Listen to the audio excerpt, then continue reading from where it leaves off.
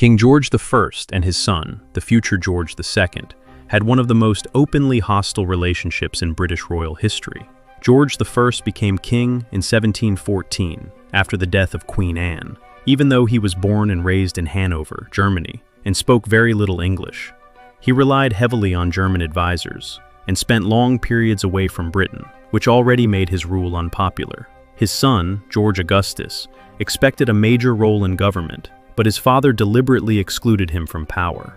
George I controlled his son's finances, limited his influence, and treated him as a political rival rather than an heir.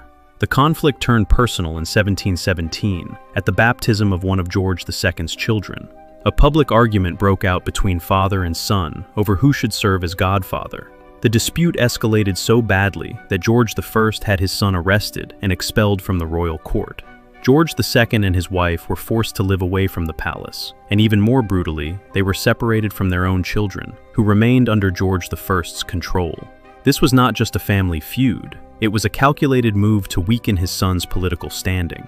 Despite years of humiliation and exclusion, George II ultimately outlived his father. When George I died in 1727, the son he had distrusted and punished inherited the throne. The feud ended not with reconciliation, but with succession, proving that even kings could not escape the rules of inheritance. This is Dynasties and Tales bringing history to life.